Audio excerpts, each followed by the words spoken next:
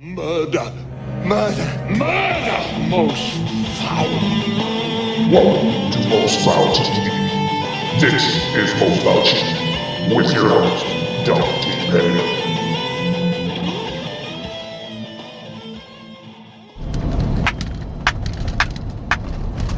What a game! What's up, everybody? Welcome, Most Foul TV. I'm your host, Don T. Pena, and this is Most Foul Chief.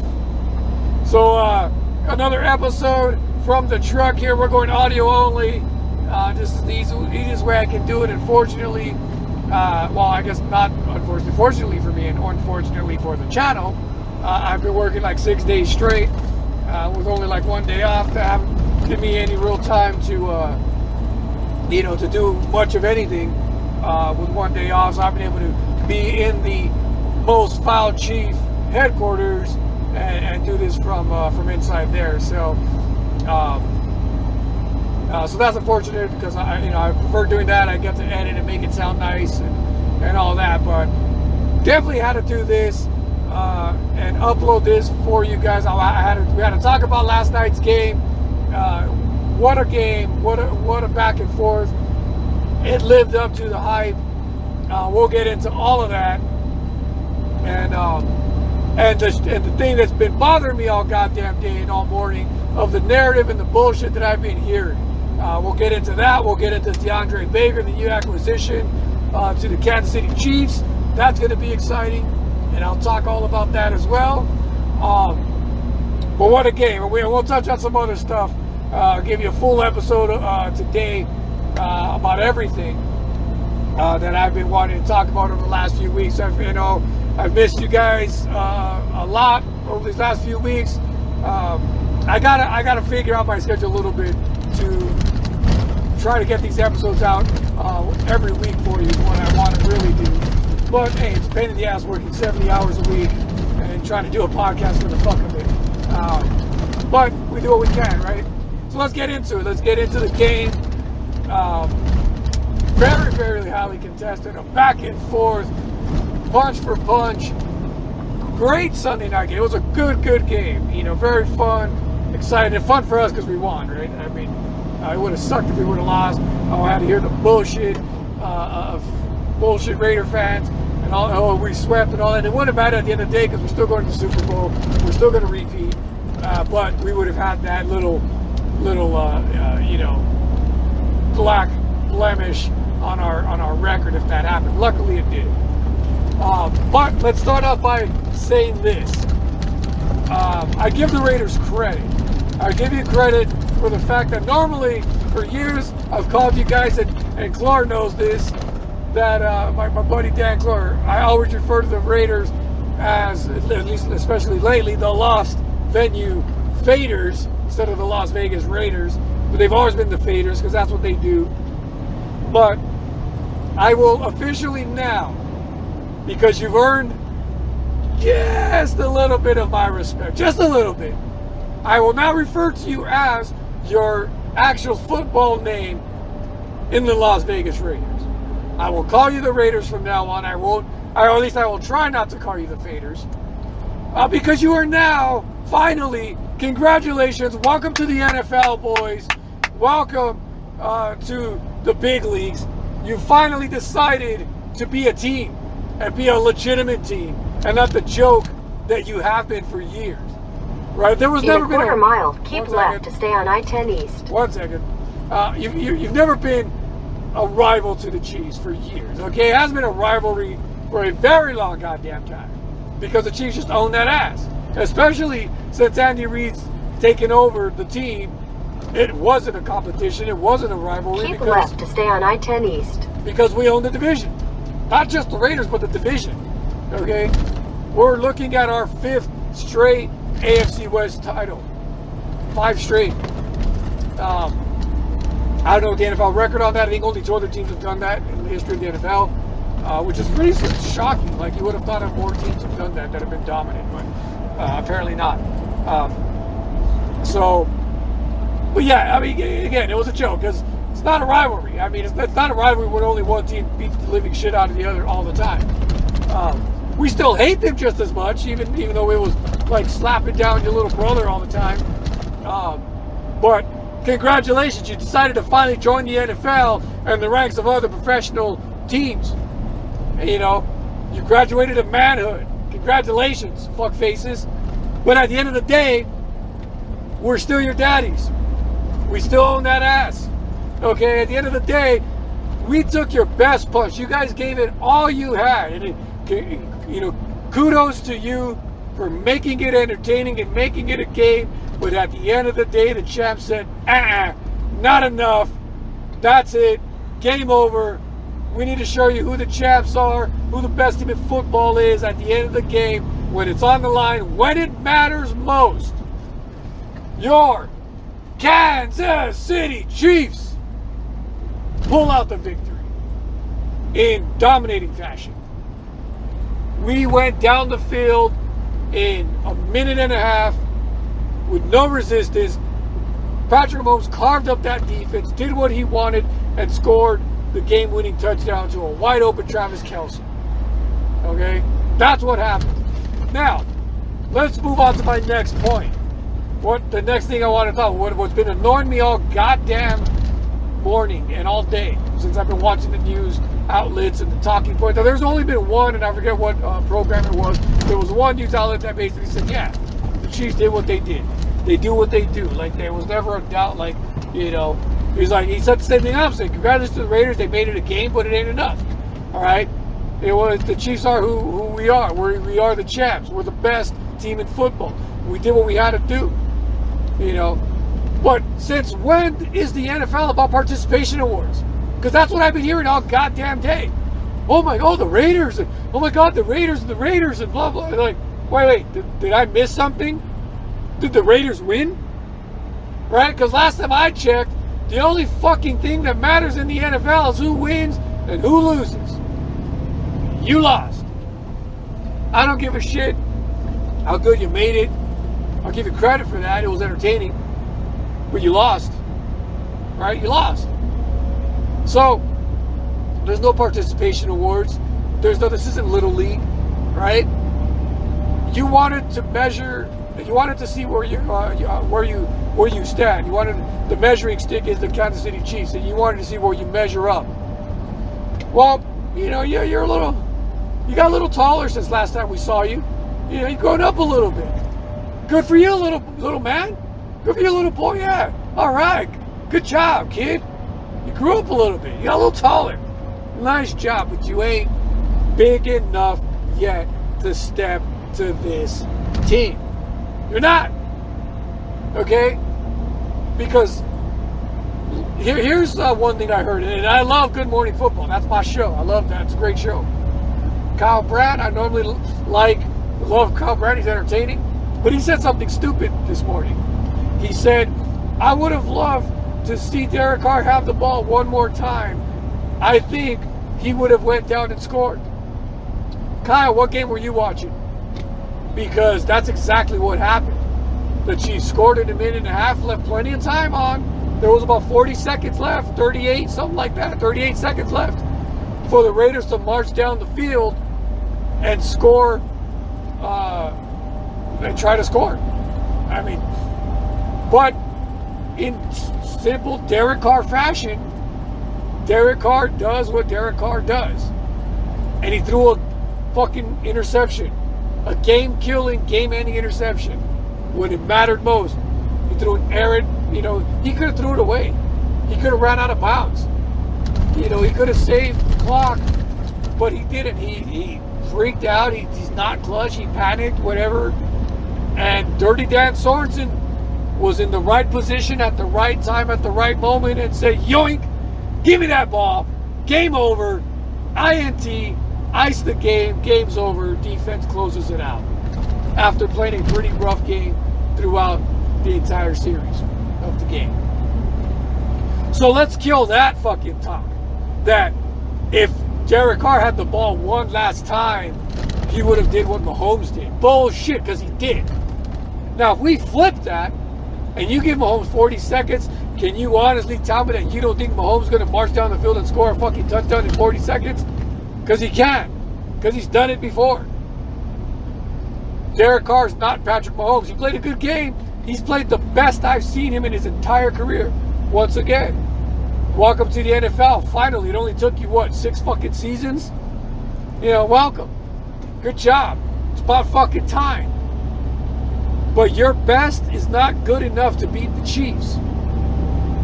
You know, go back to the drawing board, maybe go draft a couple more players. Jacobs had a good game. Waller had a good game. Aguilar had a good game. Guess what? The Chiefs had a better game. And you think I'm lying? You think, oh, it's just because you're a Chiefs fan. Let's go to the fucking stats, right?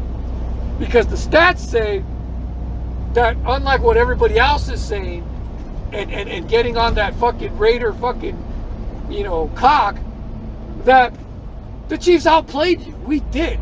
Time of possession, Chiefs win. Let's look at the quarterbacks.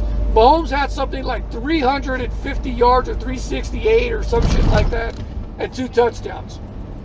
To Derek Carr's 276 and 3 touchdowns. Now, yes, Carr had 1 more touchdown, throwing touchdown than Mahomes, but here's the difference. Mahomes threw 2 touchdowns out of the Chiefs' 5 complete touchdowns of what we had, because we had like 3 rushing touchdowns. The Raiders only threw 3 touchdowns the whole game, and then a field goal. I believe that's what it was, right? So the 3 touchdowns that Carr had was the only 3 touchdowns that the Raiders had, whereas the Chiefs had 5 touchdowns, 2 by Mahomes in passing, and then 3 rushing touchdowns, if I am correct. I believe Clyde Edwards-Helaire had 2, and then Le'Veon Bell had a rushing touchdown. But just the passing yards alone. Mahomes threw more passing yards, had more passing yards than Derek Carr. So the quarterback play was better.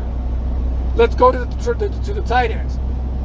Travis Kelce had something like 133 yards and a touchdown, to Darren Waller's 76 yards and a touchdown. Right? Travis Kelce outplays him. Let's go to your wide receiver. And Nelson Aguilar had 63 yards or some shit like that, 67, 88 yards, something like that, to Tyreek Hill's 107 yards and a touchdown. You know, to Aguilar's 80 yards or 66 yards and a touchdown. Tyreek Hill outplayed Nelson Aguilar. What about the running backs, right? Josh Jacobs. Oh, Josh Jacobs had to have had a better game, right? No. So again, something like 68 yards rushing and a touchdown to Clyde Edwards-Helaire, 103 yards, or like just under, like 98 or something like that, like 98 yards and 2 touchdowns. And then Le'Veon Bell had a rushing touchdown, like right at the goal line. So again, rushing yards, touchdowns, passing yards, all better in the Chiefs' favor, and time of possession. All advantage Chiefs. So tell me again, how the fuck do you can look me in the eye and say that the Raiders outplayed the Chiefs? Because that's what the narrative was. The Raiders outplayed the Chiefs. No, they didn't. They kept up to a point. They were able to go back and forth to a point, but the Chiefs held the ball longer. They were scoring on longer drives. They had more yards. They had more rushing yards. They had more yards on the ground. You know, so you know it's just. I think here's the problem. The Chiefs have been so good, and they've dominated teams so badly at times, where we now expect the Chiefs to just blow out everybody. I expected too. I'm not gonna lie. I expected them. Like I said, I wanted it to be 50. I wanted it to be a 50 burger, 53 to like 17. I thought that's what it was gonna happen. Because I thought, you know, because of what the arrogance that the Raiders showed. And now keep in mind that fucking win from the Raiders, which I said it when it happened.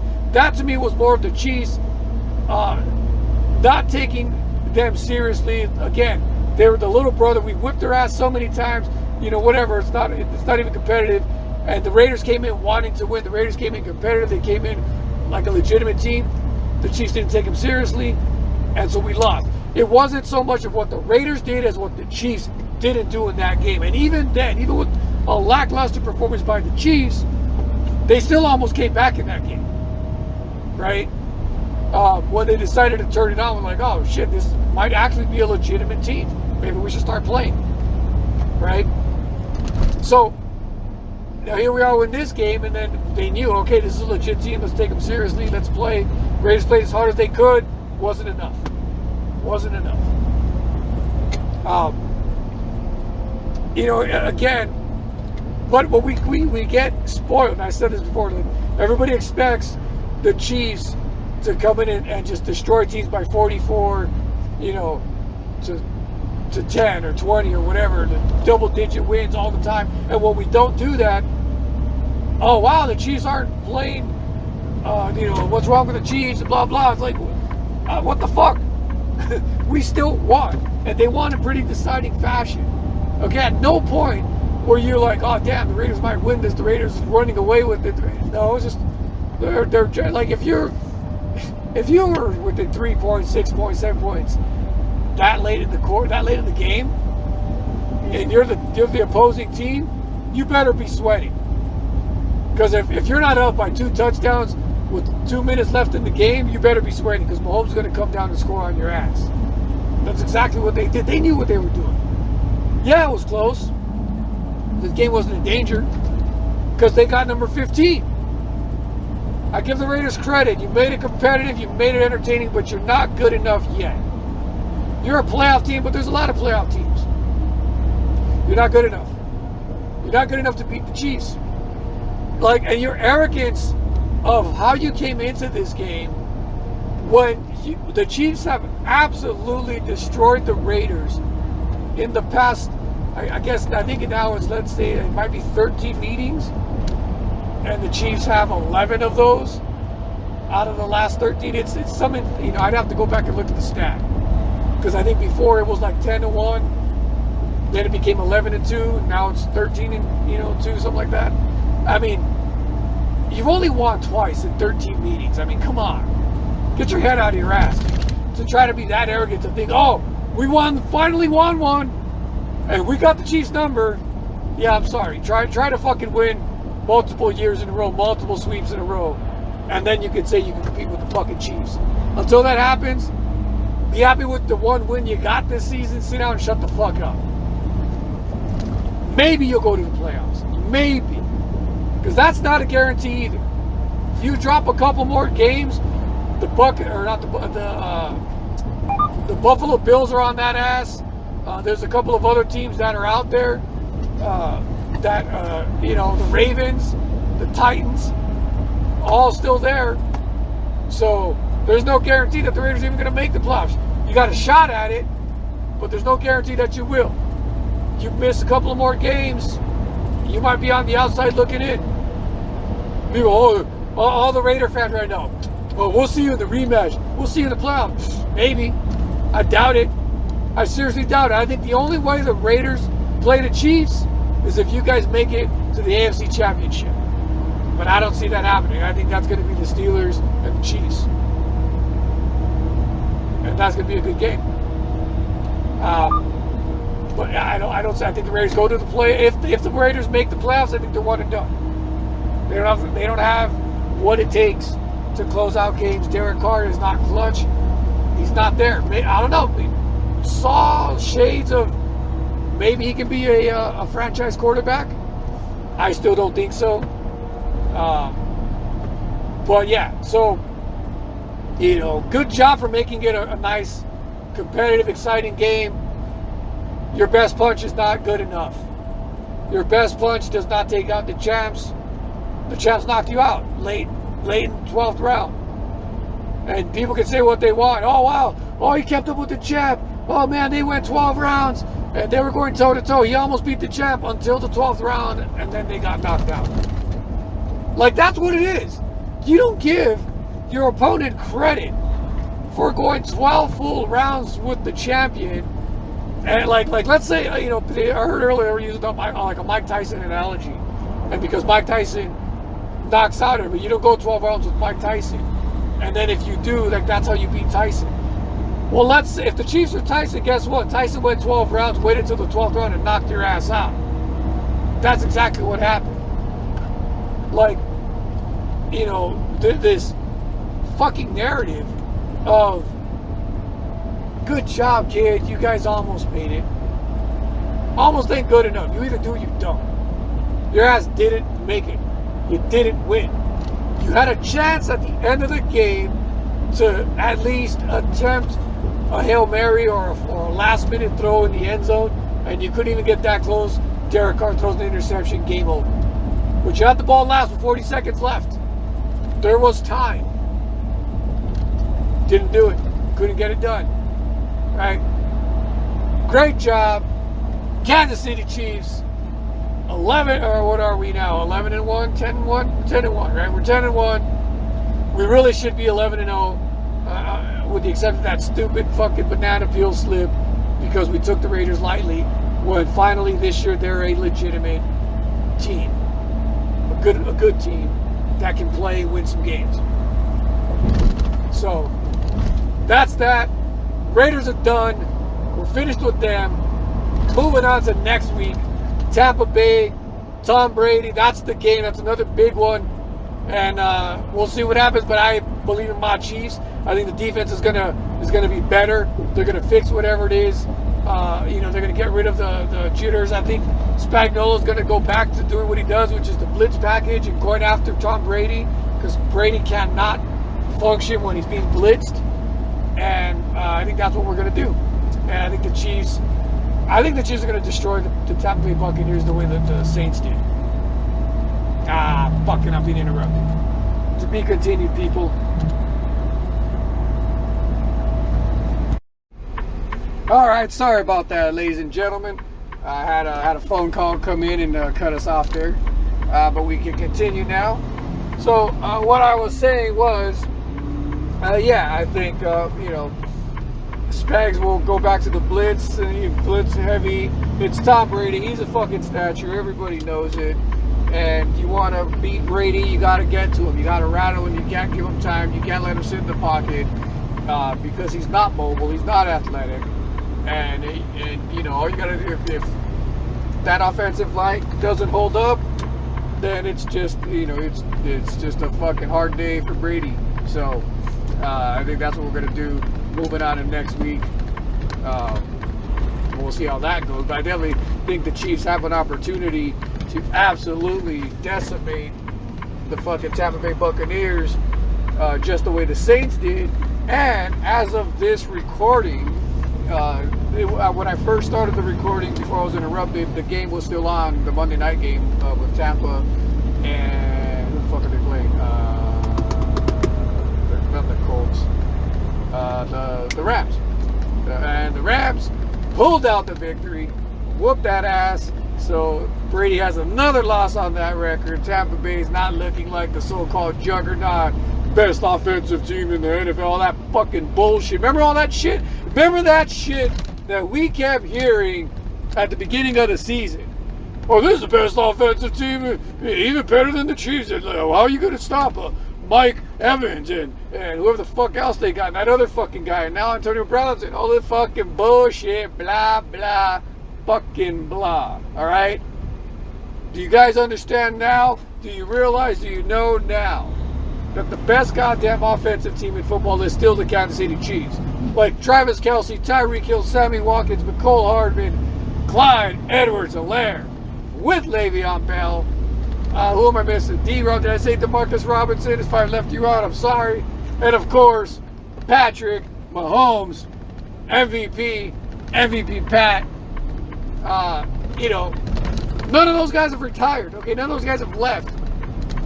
So how the fuck do you just anoint some other goddamn team the best offense in the league when all those guys are still in the Kansas City Chiefs? Makes no goddamn sense. Makes no sense. But whatever. We got their ass next week. They coming off a loss. We're going to give their punk ass another loss. And that'll be a wrap for Tampa Bay and make it even harder for Brady to even go to the playoffs. You can suck it, old man, and just retire because nobody likes you. But moving on. There's a few things I want to try to touch on in this episode. A lot of stuff that I wanted to get to over the past few weeks. But let's get to some of the newest news in addition to the Kansas City Chiefs. which is fucking DeAndre Baker, cornerback. I believe it's his second year in the NFL. He was cut by the Giants this past offseason, mostly due to his off-the-field issues and the arrest and the allegations that he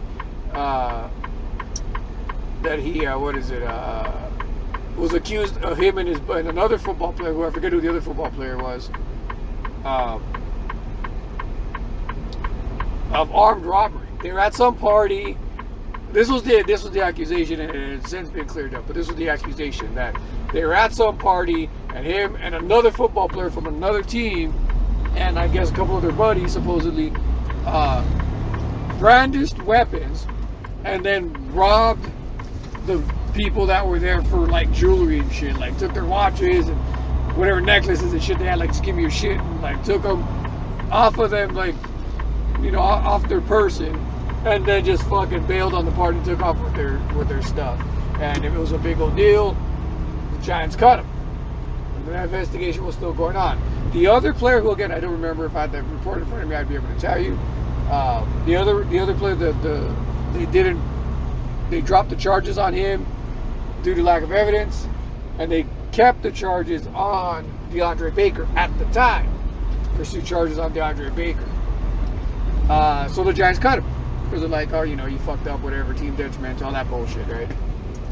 Turns out that the whole damn thing was a bunch of bullshit. They kept investigating, and now they are, the people in question are being charged with like perjury, and their own lawyer, or like the people who accuse them, their own lawyer is being accused, or some lawyer is being now charged with what is it called? When you fucking blackmail somebody, not embezzlement, the other word for it, extortion. So the lawyer of the people who were being accused, or who were accusing DeAndre Baker, is now being charged with extortion. So basically, these motherfuckers came up with a scheme because they wanted to fucking extort money from this poor kid, and they found out about it. They got busted. So fuck those people and fuck them. However, good for the Chiefs. Good thing that the Giants decided to be a bunch of little bitches and not do their due diligence, because I do believe they're racist. But that's a whole different story. And they decided to cut bait way too soon, and they totally gave up a first round draft pick that the Chiefs, who were eyeballing anyway during that 2 years ago during that draft. And now we got a first round draft pick on the cheap, a man who in the 2018 draft, I believe, the Chiefs had their eye on, were considering him. And the only reason why we didn't get the guy was because we had decided to trade our first round pick, which was around at that time the 28th, 29th pick, to whoever it was, the Steelers, the Giants, or Buffalo, for Frank Clark. That's how we got the Frank Clark deal. So we traded, where Frank Clark come from, I forget. I forget. Was it the Bills or the Jets? Whatever. Whatever team he came from, I don't remember. Or Washington or some shit like that. And but during the Frank Clark deal, we traded out that number 28, 29 spot in our first round. We gave that up to get Frank Clark. So at that point now, if DeAndre Baker would have made it to the second round, the Chiefs were going to scoop him up if we had that opportunity. But if they hadn't done that trade for Frank Clark, which obviously was a good thing, that contributed to the Super Bowl win. It was a smart deal. But if they hadn't done that, they would have drafted, more than likely, all outlets, like all experts at the time were saying it. Yeah, it was DeAndre Baker. He was going to be the guy. It was him. I forget who the other. There was a couple of corners. I really liked DeAndre Baker. That was my guy. I was like, fuck yeah, let's go get him. At the time, I was disappointed that they traded out their number one, their first round pick. And I didn't know much about Frank Clark at the time. But I was like, hey, it is. I was like, man. But then we were still kicking ass. I was like, I wanted a new corner. I wasn't super upset about it. I was like, oh, god damn it, you all fucked up. But But I wanted DeAndre. I was like, if we were going to have a first round pick, that was going to be the man. And hang on a second. I don't know what this fucking idiot is doing in front of me. And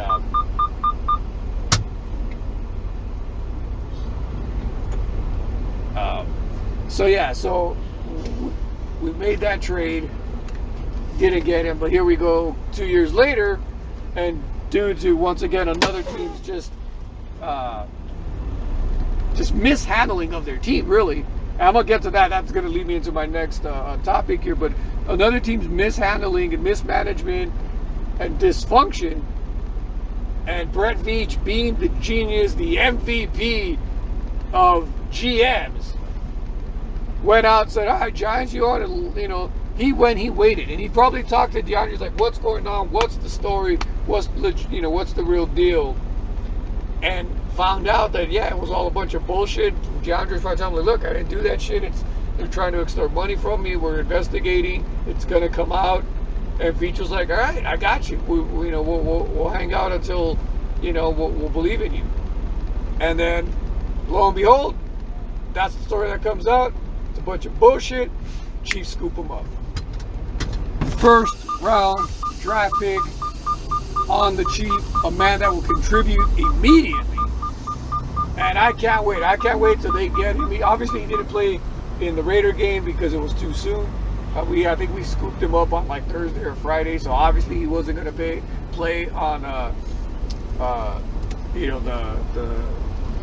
freaking Sunday night game. Even if we weren't going through COVID, there was no way he was going to play anyway. No, if it was a regular season style thing, there was no way he was going to play because we would have had to go. He just wouldn't have learned. He wouldn't have had the playbook down. He wouldn't have had any of that. So it really didn't matter.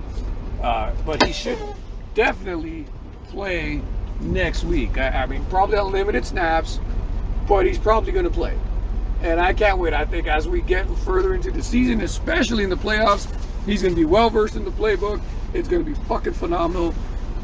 Travarius Ward, DeAndre Baker, L'Jarius Sneed, and Bashaud Breeland. I mean, what a fucking combo. I love it. I mean, damn.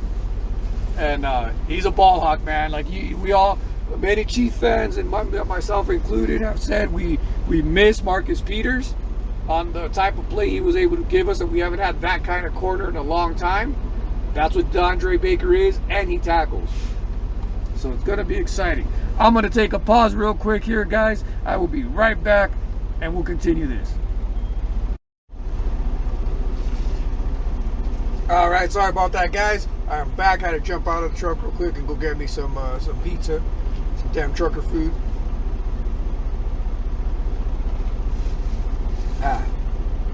Sorry about that. I had to take a drink of my Coke. As I was reviewing some of my earlier comments on YouTube and what people were saying, it reminded me, like, again, number one, the fucking Raider fans, going back to the Raiders real quick, you guys make me laugh. Like, again, you played a good game. Congrats. It was a good game. You took a shot, and you came up short. Those are facts, okay? You could hype up fucking Derek Carr and all that bullshit all you want, but at the end of the day, we are the measuring stick, and you don't measure up. That is what it is. Maybe you'll get a little closer next year. Maybe you won't. I mean, at the end of the day, you still didn't win. You didn't win when it mattered. But again, it's like, looking at some of the comments, it's like, oh, the Raiders are the Chiefs' kryptonite and blah, blah. It's like, okay, motherfuckers, you won one game. One game out of how many years? And not only did you win that one game, you barely won by 8 points. Last year, we blew you out by 25 plus points in both games. Both games. Blew you out over 25 points. So, y'all need to fucking chill and earn a couple more wins, okay? Blow the Chiefs out, maybe, before you can come out and say that, you know, you're the Chiefs' fucking kryptonite and blah, blah. You had one decent game where the Chiefs decided not to show up. And you want to pop your collar. Like, sit down, okay? You've grown up a little bit. You got a little taller, like I said earlier. But that's where that ends. If you step up to Big Brother, we're going to slap your ass down again and show you where you need to be and put you back in your place. Moving on. We were talking about DeAndre Baker. We were talking about that great pickup. I'm excited, man. Again, like he was my pick. He was. Shout out to the Brit Chief. If you're listening to this, I actually mentioned that back in a couple of years ago. I tweeted to him, "This is our guy." Like, you know, keep a lookout for him. You know, I don't know if he remembers that.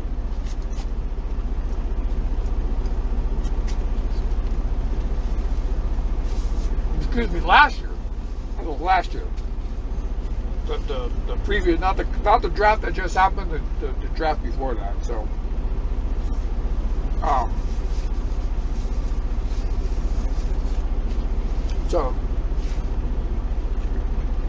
I was excited. Sorry, I'm eating while I'm talking because I'm on my lunch.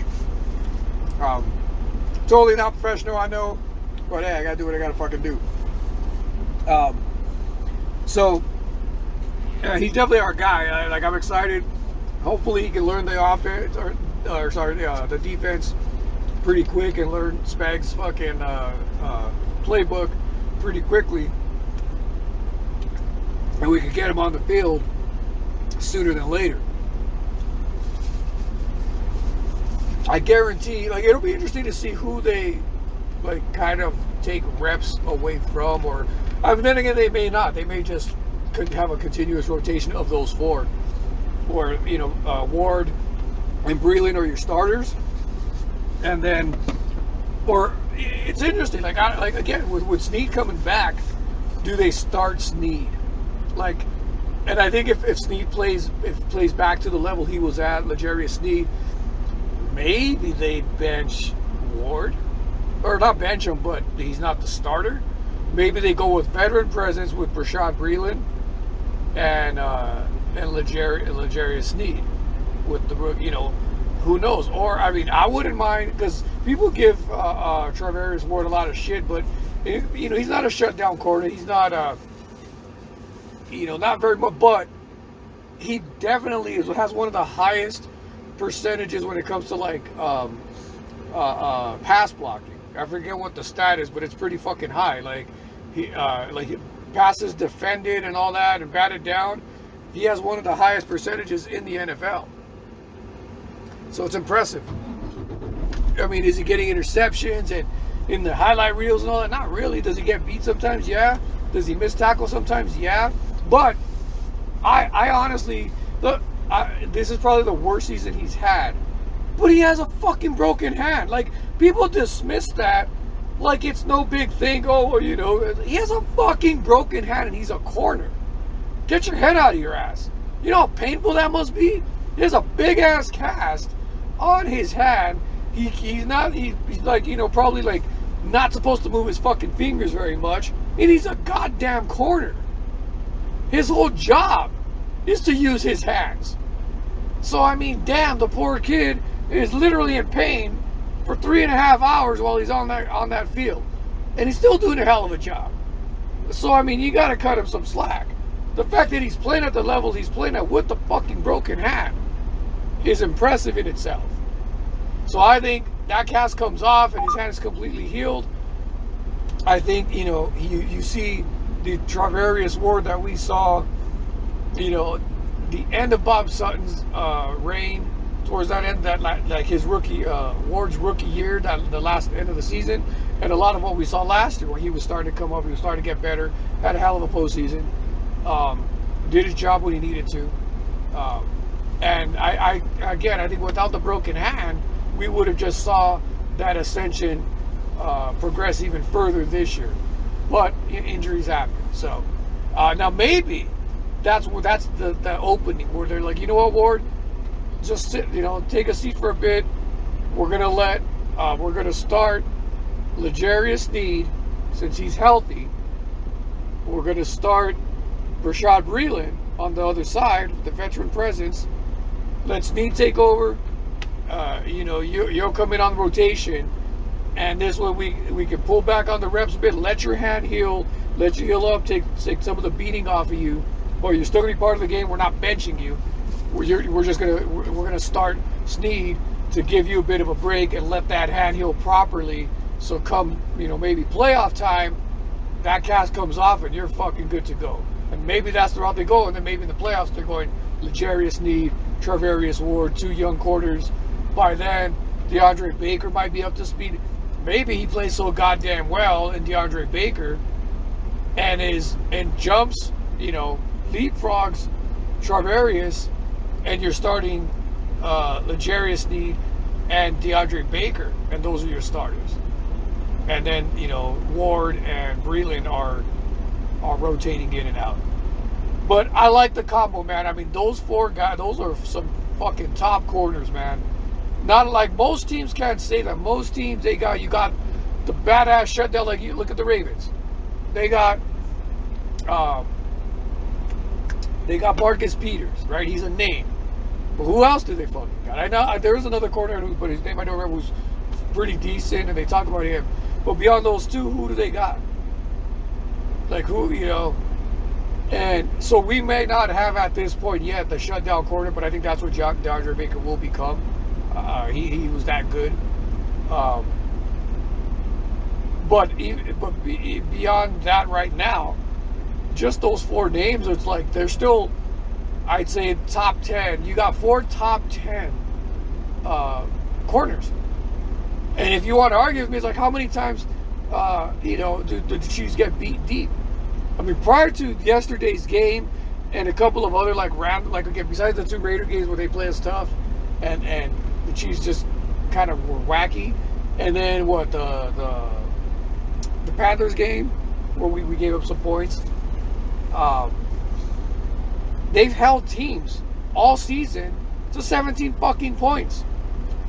It's not like you can just throw bombs on them all the time. Like, do a couple plays kind of slide in here and there. The broken coverage, yeah, sometimes. And, but it's not a lot. Like, so that's due to corner play. And again, we're dealing with injuries. So this is the first time we're coming in now with a pretty healthy roster, again, with the exception of Ward, who still has a broken hand. As the season progresses, our secondary is getting healthier. And Charvarius Ward's cast will come off. DeAndre's gonna get up to speed, and now you have 4 legit starters. Like, who do you can literally put any of those guys on any team as a starter. DeAndre Baker, L'Jarius Sneed, or Charvarius Ward, or Bashaud Breeland. They're all starters. They really are. Now, are they number 1 shutdown corner starters? Maybe not, but they're still fucking starters. They're starters on any team. So, I'm excited. I'm excited for the rest of the season, for that secondary, especially the playoffs. Because again, they're going to have more reps together. That's the other thing too that people are forgetting too. Maybe why we're seeing a bit of the defense drop off a bit in the back end. We're getting all these guys back who haven't been able to play together consistently. We've had this makeshift secondary with players coming in and out. Didn't have a preseason, didn't have an off season. Now, granted, we know most of our players. They're used to each other, so it's going to be a bit easier. But it definitely takes some time. And so I think with Ward with Bashaud Breeland coming back, with Snead coming back, and now we're bringing in DeAndre. That secondary has to get used to playing together again, and the timing and all that, and who's where. And so I think we're seeing a little bit of that. I think now that the whole core is back together, this is the first time they've all been together with the safeties, with Tyrann Mathieu back there, and who's the other guy? Forget the other fucking safety's name. Thornhill, Juan Thornhill back there. He's kind of had a quiet season. He hasn't been doing too many crazy things, but I don't know how good, how well he feels coming off of his, what do you have, a knee injury or like a knee surgery or whatever. So, but I think that has a little bit to do with it. They got to get used to each other again and get used to their timing and kind of get on that same page. And I think what we're seeing right now is them kind of feeling it out again. It's in that mid-season, oh shit, everybody's back. This is the first time we've all played together, consistently. So give it time, man. Have faith. I don't care how many points we give up on or yards. At the end of the day, they do their job where they're supposed to. Dirty Dan Sorensen in the right place at the right time, made the right fucking call, and got that pick, iced the game. It's over, right? So I mentioned earlier about dysfunctional teams. I told you I'd talk about that. Told you that we're lucky that we have an MVP in our general manager, one of the youngest, if not the youngest, I don't know that for sure, general managers in the NFL, in Brett Veach. The guy doesn't get as much credit as he should. He's a sly businessman. I mean, the guy makes trades and deals. I mean, come on, man. Nobody thought he was going to be able to sign Patrick Mahomes and still sign Kelsey and Frank Clark and Chris Jones and pay Tyreek Hill and retain Sammy Watkins. Like, are you kidding me? Like, that's the whole team. How the fuck did he do that? The guy's magic.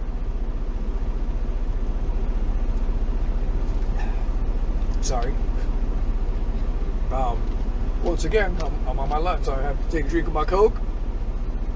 I have finished eating, so you won't hear interruption. You won't hear like weird pauses and silences of me fucking chewing on my damn pizza. So Brad Veach doesn't get enough credit, right? Like I'm telling you, the guy's a genius. Stole so many players. I mean, added so much depth. He did it again with the Baker deal. That was awesome. But even before him, right? Because it starts from the top, and it starts with your organization at the top to the owner in Clark Hunt and the Hunt family.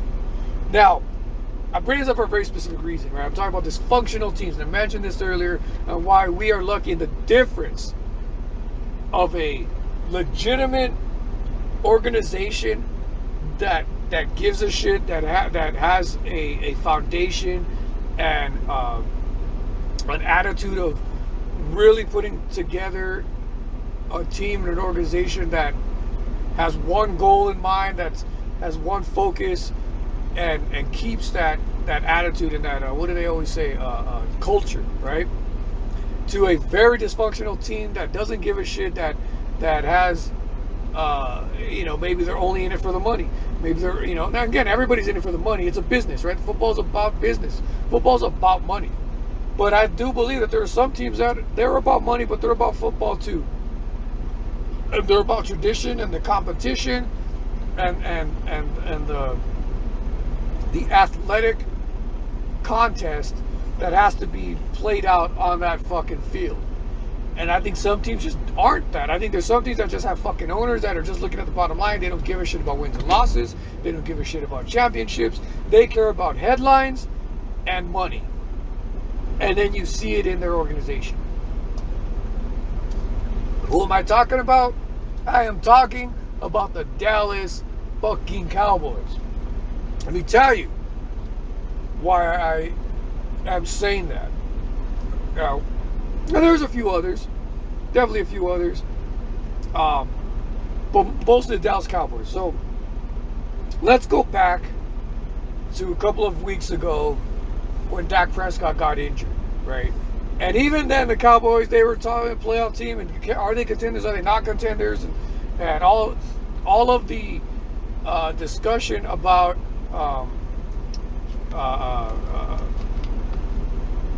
fucking, God damn it, I just said his name. The quarterback, whoever the fuck the goddamn quarterback whose name I just said right now. Now all of a sudden it leaves my fucking mind. When they're talking about his contract and how the Cowboys and Jerry Jones didn't want to sign Dak Prescott. There we go. Again, it was there. It was fucking swirling around. It just wouldn't come for whatever reason. Got that mental block, man. Been a long day. I'm still at work, still trying to operate and all that, and do this. And my mind jumps different places, man. But Dak Prescott, when they're talking about him not getting his big contract and the extension and all that bullshit, and the prove it deal and the franchise tag. So when they were going back and forth with their wins and losses, people were still kind of trying to figure it out. Oh, see, that's why they didn't pay him. Maybe they should have paid him. Blah blah. The defense, and but he was playing good. He was still playing like lights out. They were just losing, right? And then you go to his injury. He gets injured and it's horrible. People are like, see, this was the worst case scenario. This is fucked up. And now they're gonna have an excuse not to extend him because he's an injury and all that, right? But what happened? What happened when literally I'm like, the moment Dak Prescott gets injured a week later, that fucking team falls apart from top to bottom. Players, I mean, basically it was a locker revolt, and like you got players coming out snitching out coaches, criticizing them on national television in an interview, saying they don't know how to coach. They don't know what they're doing. They don't know how to teach. Then they're getting blown. The team's getting blown out.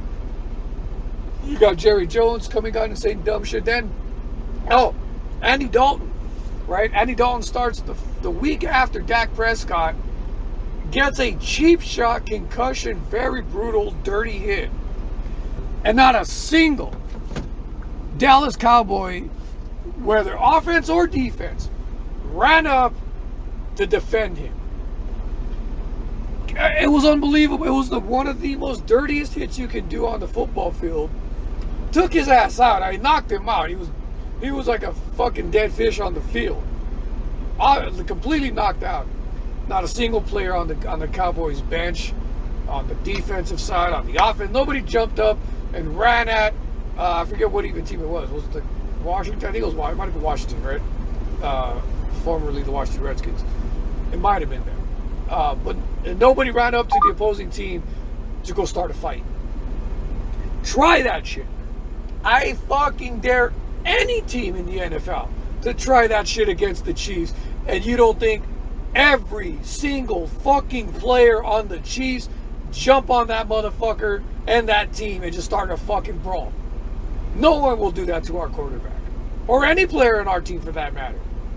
It doesn't have to even be Patrick Mahomes. It could be any team, any player on our team, and that's a fucking fight. You're going to cheap shot us like that, we will fuck you up. Frank Clark ain't having it, Honey Badger ain't having it, Travis Kelce ain't having it, Chris Jones sure as fuck ain't going to have that kind of fucking thing. But that's because we give a shit about our players. We have a culture in our fucking team, right? And that's what I'm talking about. It was so dysfunctional. It was so bad that you had players talking shit about the coaches, saying that they don't know how to coach, they don't know how to teach. Then you had the players themselves just totally giving up on the game, getting blown out, getting shut out. It was just disaster after disaster after disaster every single day. And now Dak Prescott's looking pretty, because what everybody said is when Dak Prescott was there, he held together and pretty much bandaged up a lot of flaws and weaknesses and holes, way more than just on the football field with that team. He covered up for so much that was wrong with the Dallas Cowboys. And that proved his absence, his leadership, and absence in that locker room fucking proved it. No one stepped up. No one gave a shit. Everyone was out for themselves. Why do I bring up the Dallas Cowboys, and why do I talk about that? And what does it have to do with the Kansas City Chiefs? I bring that up because I say, again, how lucky we are as Chiefs fans, and as an organization, to have the Hunt family and the organization that we are, able to root for. Because let me take you back to 2012, when the Chiefs were one of the shittiest teams and still a laughing stock in the NFL, coming off of years of bullshit with quarterbacks like Brody fucking Croyle, fucking Tyler Pigpen. His real name is Pigpen, but I call him Pigpen because he's a jackass. Who the fuck else? I mean, Matt Castle, who had some decent years, but ain't nothing to fucking write home about. I mean, we basically had shit since Trent Green left. After Trent Green retired or left the Chiefs, I forget which it was, but when he was no longer the Chiefs quarterback, prior to Trent Green, we had shit. I mean, at least during the Trent Green years, for 10 years, we were competitive. We would go back and forth on the division. I think we won a few of those during his time there. We traded with the Broncos and all that. It was going back and forth. We traded games with the Raiders. It was good times with Trent Green. Those were the Tony Gonzalez years. We never won the big one, but at least we were still talked about. We were still competitive. Trent Green leaves. We got no real quarterback. It's all shit for the next 5-6 years. It was fucking horrible. I mean, it's bad enough to like be one and done in the playoffs. It's worse to just not even fucking be able to sniff at the fucking playoffs. So, 2012, Clark Hunt says, and again, it just, there could be some reasons for that at the time. Lamar was retired at the time. I forget exactly when he retired, but he retired maybe some years before, somewhere around the 2000s might be, and might have even been a little bit later than that. But then he passes away around 2007, and that it was also around the time I think Trent Green left. So the team itself was a little bit in disarray. I'm sure that affected the family very, very much, even though Clark was being primed and tutored and mentored to take over the organization. If he hadn't already at that point, I don't remember. I wasn't following the statistics about the head leadership at that time. I was more just about the football. I was just watching the games back then. And so I'm sure that was a devastating blow to the family and all that, just on a personal level. And so it took him a while. It took Clark a while to kind of get his footing, being the owner now of the organization, being the head of everything and all that. It took some years. And he had to deal with the loss of his father. So I'm sure that was hard. But fast forward to 2012, he makes a conscious decision. He realizes that, you know what? We need a change. We need a culture change, because Todd fucking Haley was a goddamn cancer in our locker room. One of the most just dysfunctional, stupidest, fucking annoyingest coaches we've ever had. And even in the Steelers, like, yeah, he's an offensive coordinator for the Steelers and he's doing okay, but he's a shit head coach. He doesn't know how to lead men. He knows how to write plays, and that's about it. Do that, shut the fuck up. Can't run an organization. So we had that debacle. And the same idiot, what the fuck, that GM, Scott Pioli, another moron, another dumb shit that were just fucking up in the draft. So we had two dipshits, and then Clark decides, you know what, it's time for a change. We need some real stability. We need a culture change. We need legitimate leadership on the field. And lo and behold, the Eagles fire after 10, 11 years with Philadelphia. The Eagles fire Big Red Andy Reid. Clark Hunt says, what? Andy Reid's available? Gets on the phone, gets him on a plane. We want your ass here in Kansas City. We want you to change the culture. We need you to be the man. You're our new leader. You're the keys to the fucking kingdom. Come to Kansas City. Andy Reid liked what he heard. Said, I can do it. Give me the keys. Let me put my staff together. Let me build a team for you. And let's go get it. Clark said yes. What does Andy do? starts looking for a quarterback. Finds out Alex Smith is available, former #1 overall draft pick, who just came off that weird year with the Kaepernick and all that, and Alex Smith was winning. He was winning with Harbaugh, got injured, came back, was healthy, never wanted his job back because they wanted to go with the younger, more athletic Colin Kaepernick, who took him all the way to the Super Bowl but couldn't get it done. I still say that if Alex Smith, I said this back then, before Alex Smith was even a Chief. I'd said it back then when I watched that Super Bowl. If they had started Alex Smith and let him play that game, he would have won. Because he would have managed that team. He would have game managed that team. He wouldn't have made mistakes. He wouldn't have turned the ball over. That team was good enough. That defense was good enough. They probably would have won. But didn't happen. And to the Chiefs, benefit, they release Alex Smith. Andy Reid says there's a #1 draft pick, former #1 draft pick available. Go get him. I want him. I want this athletic running quarterback whose arm is underrated, whose mind is one of the best in the NFL. Give me that guy. Andy Reid goes out and gets him. Andy Reid sets a culture, sets a standard of how we're going to run our team. Goes and hires. Shipment details have been updated. 1 second. Shut up, stupid break thing. Billing has been approved. Shut up. Goes out and gets his staff. Goes and gets Doug Peterson and Matt Nagy and our former GM John Dorsey, right? Goes and brings John Dorsey along with him. And with that staff came Mike Kafka and Brett Veach, as at that time was the head scout and basically the second in command to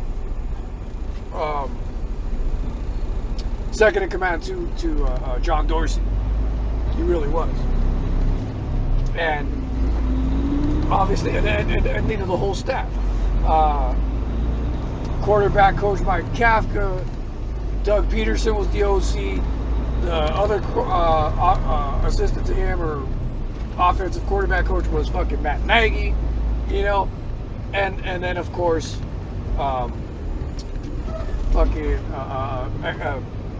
Eric Bieniemy, EB, right? Eric Bieniemy, running back coach. Again, brings in all these guys, all these amazing head coaches, all these amazing coaches and leaders in their own right, in their skill positions. Andy Reid set a culture. Everybody knew, and it's Andy Reid. So he's a jolly, guy, happy dude. Everybody loves and respects him. But at the end, there's also something else. He's a winner. And people knew, there's no bullshit with Andy Reid. He's going to be nice, he's going to respect you, but you don't bullshit Andy Reid. He earned his reputation because he was a winner. No, they didn't win the chip in Philadelphia under him, but they got pretty damn close a lot of the times, and he gave them winning seasons every season he was there. So everybody in that building knew that this man knows how to win, and if we want to win, we're going to follow the program. That's what they did. They set a standard. Now, he also brought with him, unfortunately, or all of he brought him in, but somehow we ended up with Bob Sutton. And that worked for a while, and then it didn't. Okay? Because Bob Sutton refused to fucking evolve. And, and now one thing with Andy is he's a very loyal guy. People used to criticize for that. Maybe too loyal, loyal to a fault. And he loved Bob Sutton, but Bob wasn't getting it done. And Bob cost us a lot of games, a lot of playoff games. I think we could have at least went to a Super Bowl with Alex Smith. Whether or not we would have won with that defense, but we could have went. if that defense was just a little better. So he brings Bob Sutton. We eventually get rid of Sutton. That was great. And then, and that was Veach, though. I think that was, again, the new blood, the new addition. Like, again, there's a culture. But let me, and I'll get to the transitions in a second. I'm kind of jumping my story here. So 2012, Andy Reid gets his staff, gets his team, and in year one, we go from the bottom of the fucking barrel, from like a 2-14 team, because I think that's what we were at that time. We were like 2-14. First year under Andy Reid, and we have a 10-win season. And I believe we even went to the playoffs that first year. Yeah, we for sure did. Go to the playoffs. Went from one of the worst, fucking second to last team, to go to being a playoff team the very fucking next year, first year with Andy Reid. The turnaround was that fast.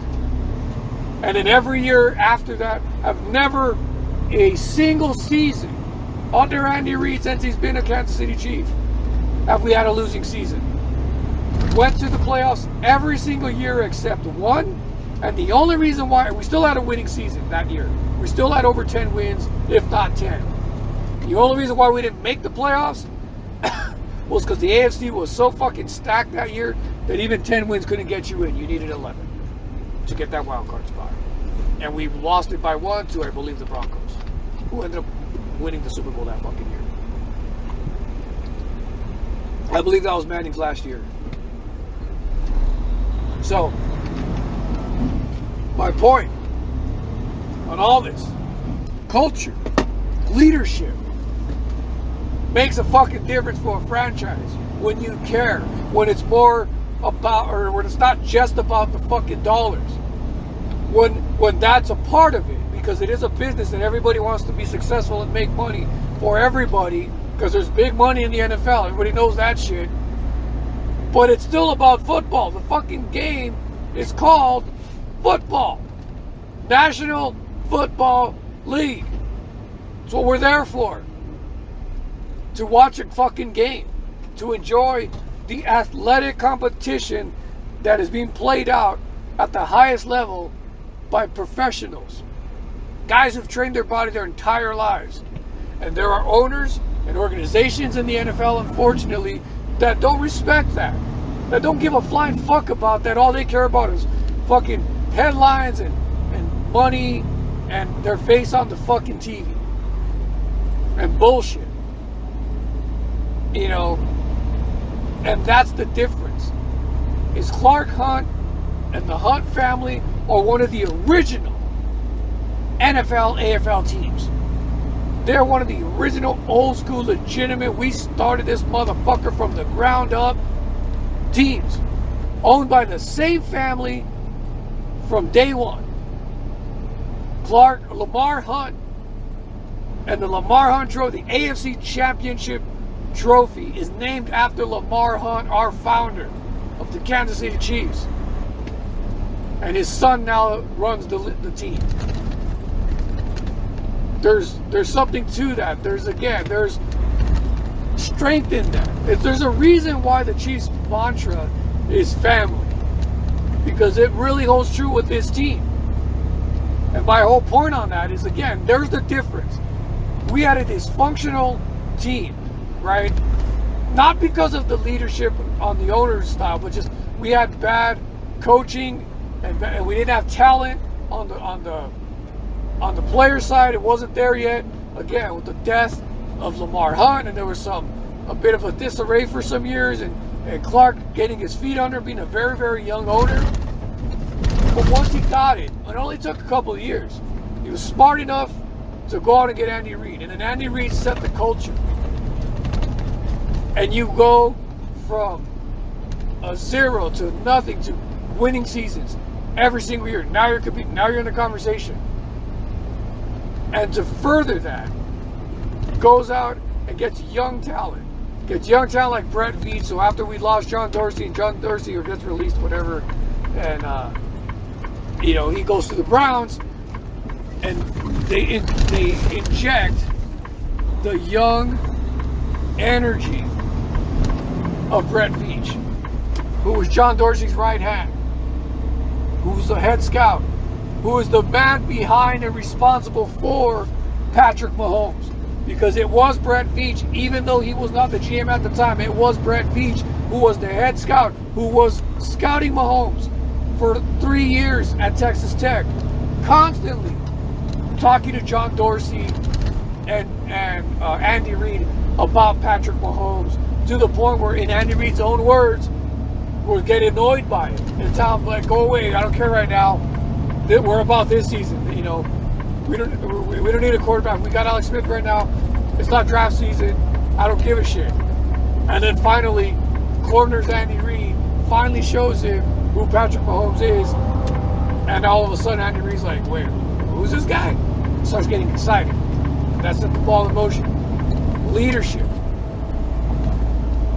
You look at the Cowboys, and the moment, you know, they think they got this new young leader, and in Dak Prescott, and it's like, oh, they're on the rise, and they want to compare him to Mahomes. And I'm not knocking Dak. Dak's a great guy, great ambassador for the sport, a good quarterback. He's not Patrick Mahomes, but he's a good quarterback. But they were trying to play him up like he was, and they were trying to play up the Cowboys like they were this great organization.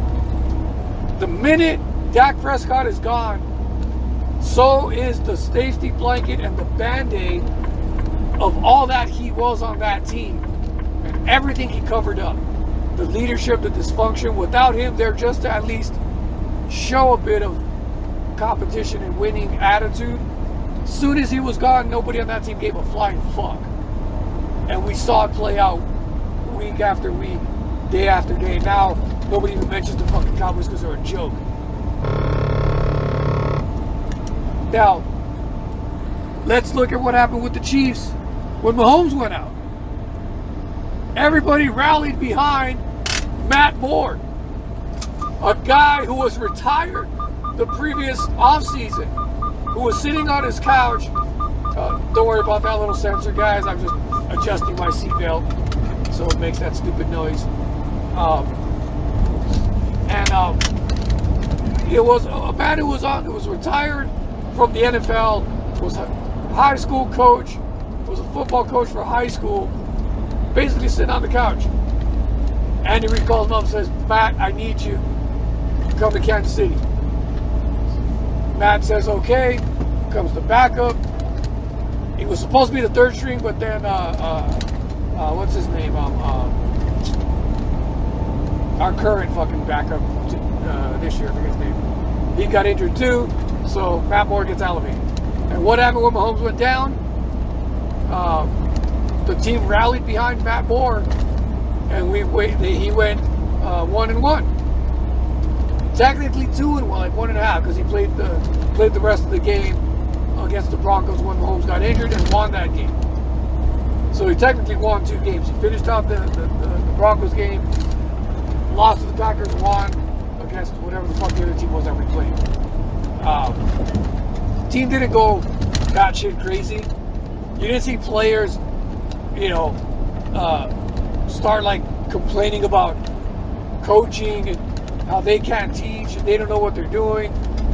You didn't see players getting into fights with each other. None of that shit happened. They kept winning. Not only did they kept winning, we won the fucking Super Bowl. So, again, that's the difference. Mahomes goes down, the leader of the team, the unquestioned leader of the team goes down, and they knew it's only a matter of time before he comes back. We need to rally for him. We need to stay focused. We need to stay the course and keep moving forward, because when Mahomes comes back, we're going to keep kicking ass. And that's what they did. It was held together by leaders, by an organization from the very top, by Clark Hunt, who believes in his team and his players, believes in his head coaches, or his head coach and his coaches, lets them play their game and run their team the way they're supposed to. Not the Cowboys, right? As soon as Dak Prescott was gone, everyone was like, fuck it, our season's over. We don't give a shit. It ain't worth my career to fuck around with this team, because we ain't going anywhere this season. I'm going to save myself. Maybe I get traded, or maybe I can just fucking get cut. I'll be healthy. I'll go to next. That's what they're thinking. That's the difference. No one on that team wants to play for the Cowboys without Dak Prescott because they know they don't got a shot. So they're saying, fuck it. Why make my stats look bad on a losing team or risk injury? I'd rather save it. No loyalty. They're not playing for each other. They're not playing for family. So that's a dysfunctional team, man. It matters, and there's a lot of them in this organization. In this, there's a lot of well, take that back. There's not a lot, but there's a few in the NFL that are like that. The New York Jets. Look at that fucking disaster this season. Not that they're not in the other season either, right? But the Jets are a fucking horrible dysfunction team. They basically destroyed Sam Darnold's career. Who knows if that will get resurrected? Maybe he becomes a Chicago Bear next year. Who knows? Because everybody thinks that Trevor Lawrence will be the new Jets quarterback. The Jets are going to win the #1 overall pick. So who knows? But so my whole point in that story down memory lane and history of the Chiefs is that's why we're Super Bowl champions. That's why we're lucky enough to have a man like Patrick Mahomes as our quarterback and other great players like Travis Kelce, Tyreek Hill, Sammy Watkins, DeMarcus Robinson, Mecole Hardman, Clyde Edwards-Helaire, Damian Williams when he comes back. Of course, the new addition of Le'Veon Bell. We got Honey Badger, Frank Clark, Chris Jones, Derek Nandi, Dirty Dan Sorensen, Juan Thornhill, Travarius Ward, Rashad Breeland. Who am I missing? Did I say Juan Thornhill? Armani Watts. I'm trying to remember all my players are. Darrell Williams, the other running back. I think I got most everybody. The sausage. Fucking our fullback.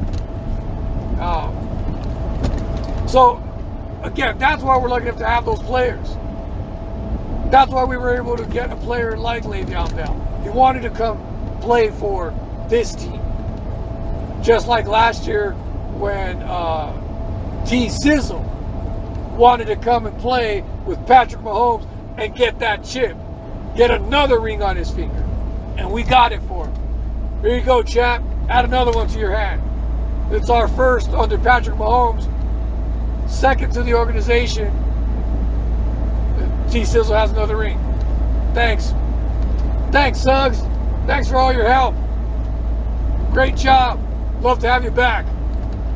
If you got anything left in the tank, we'll use it. Fuck it. That's why Sean McCoy wanted to play with us last year. We got him a ring for the first time in his career. He's a happy man. Not so happy now because he's playing with bitch-ass Tom Brady and they're losing. Ha! But hey, he's almost retired anyway, so that's the difference, man. That's why we have a Super Bowl. We're the defending Super Bowl champs. That's why we're going back to the Super Bowl this year and we're going to win it again. We're going to be dominant for years to come because it starts at the top from the Hunt family and Clark Hunt and his no fear attitude to go out and get Andy Reid, to go and roll the dice and say, fuck it, I want to win. And we're going to go pay this man. We're going to go pay a really good, legitimate, future Hall of Fame head coach to turn this organization around. And it worked. Then Brett Veach, the young blood, the head scout, went out and looked for the best player on the planet, and he found him. It was Patrick Mahomes. Convinces the head coach, convinces the GM, this is the guy we need. And they went and did it. The Chiefs, as an organization, took a chance. They had the leadership. They had the right attitude in the locker rooms. The culture was set. I'm sorry. I can't believe I left this out in my entire rant. I guess I did mention it, but Alex Smith, right? We go and get Alex Smith, and Alex Smith becomes the winningest quarterback for those 5-6 years under Andy Reid. The winningest quarterback behind only Tom Brady and Russell Wilson in that span. Let me say that again. Alex Smith was the winningest quarterback during his entire 6 seasons with the Chiefs, or maybe it was 5, behind only Tom Brady and Russell Wilson from 2012 and on, until his final season with us. Alex Smith was the man. First time we had legitimate, decent starting quarterback play since Trent Green. Alex Smith had a hell of a run with us, gave us a lot of great memories. Jamal Charles was a badass. Then we had Kareem Hunt. Now we got the Clydesdale. And Darrell Williams, obviously, Damian Williams, Super Bowl champion. Arguable, honorable mention, Super Bowl MVP for sure. And now we got the Clydesdale. Damian will be back next year. It's going to be interesting who they cut. I guess Le'Veon won't be with us next year. I'm sure another team will pick him up. Unless he just fucking breaks out towards the end of the year to the point where they make it hard to not offer him a contract. So that'll be interesting. But we'll see. We'll see what happens. But Damian will be back next year, and then we'll deal with that stacked running back room when we have to. But that's the difference, man. That's why the Chiefs are an organization that has leadership, has tradition, and gives a fuck about the team and winning. It's not just about money and headlines and bullshit and how many politicians' asses can I kiss because they make me, they're going to say some nice things on fucking TV for me. Like, that, that's fucking Cowboys.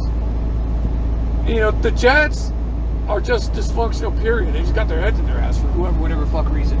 I don't even know who owns the Jets. The Redskins the same way.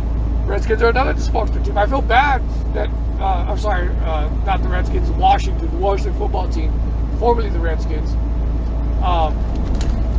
I feel bad for Alex Smith that he has to be on that shitty team. He finally got his win, his first win since his horrible injury. Congrats to Alex Smith. Glad he got that win. But that team's horrible. At least he's getting paid. So, there's a couple of teams that are just really, really just have a lack of leadership. But it made me think, when the thing that went down with the Cowboys, it made me think of how lucky we are. And we need to give props to Clark Hunt and great organization, great ownership, great leadership. And they brought in the right minds and the right people. And that's why we're able to sit here with a smile on our face and celebrate our defending Super Bowl champions.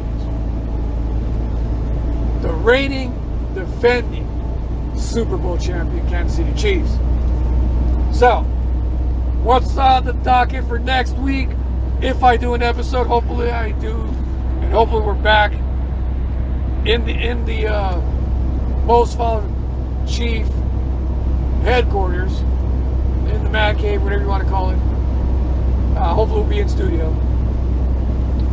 And we'll talk about Tampa Bay. We'll talk about that game. Maybe I'll do a pre-game, or maybe I'll just do the post-game like this after the fact. More than likely that'll be it. I'll probably do a post-game. Unless there's just a bunch of shit that annoys me all week, and I'll do a pre-game, but we'll see. But yeah, so that's what's on next week. I think that's going to wrap it up for us, guys. We went an hour and 23 minutes. I tried to give you some good stuff. It's been a while. I wanted to give you a nice, long-form podcast discussion. Hit the like button, comment, all that good stuff. Subscribe. Love to hear from all of you. I will be back. Hopefully now this week, I've been promising this. This is another thing I haven't got around to doing because of my wacky schedule. But I will definitely do my absolute best to make sure all of the episodes from beginning to end so far are going to be up on all the major podcast platforms like iTunes and Spotify and Google Podcasts and all that stuff. I think right now I have only uploaded 2 or 3 episodes, and not because again, lack of fucking time. I haven't been able to get around to it, because I also am still producing the American Warrior Festival podcast. We're going bi-weekly on that show. If you guys want to check that out, go to just go to your Spotify or iTunes, whatever it's called on iTunes, podcast. iTunes, Spotify, Google Podcast. What's the other one? Rhapsody. Fucking. I believe we're on. We might be on Pandora now. We're on a bunch of them, man. We're on like pretty much every major. Because I don't have the list in front of me, but every major podcasting platform you can find us. American Warrior Festival podcast. That's my other podcast that I am not the host of. I am the producer on. Occasionally, I'll talk a little bit, chime in sometimes, but that's the other podcast I do that I produce with my good buddy Dan Clore, who I give shit to because he's a Raiders fan. And so you guys can find that. You can also find us on YouTube. Just look up the American Warrior Festival podcast, and we do all of the audio forms. We put them up on YouTube, and we just recently transitioned to the video format on YouTube, which is like live, interview, screen per screen kind of shit. So that's fun. Like I do with Most Foul Chief. We transitioned to the video aspect with the American Warrior Festival. So if you guys want to see my other work with that, and that's part of why I don't have a lot of time, because that podcast is got sponsors and things like that, so I got to kind of put that up on the forefront, because we got other people that work with us and timelines and deadlines and things like that, so I have to get that done. Most Foul Chief is just me. This is my show. It's just me. I don't work with anybody else. So if I have to delay something, if I have to hold off, the only person that I'm pissing off is myself.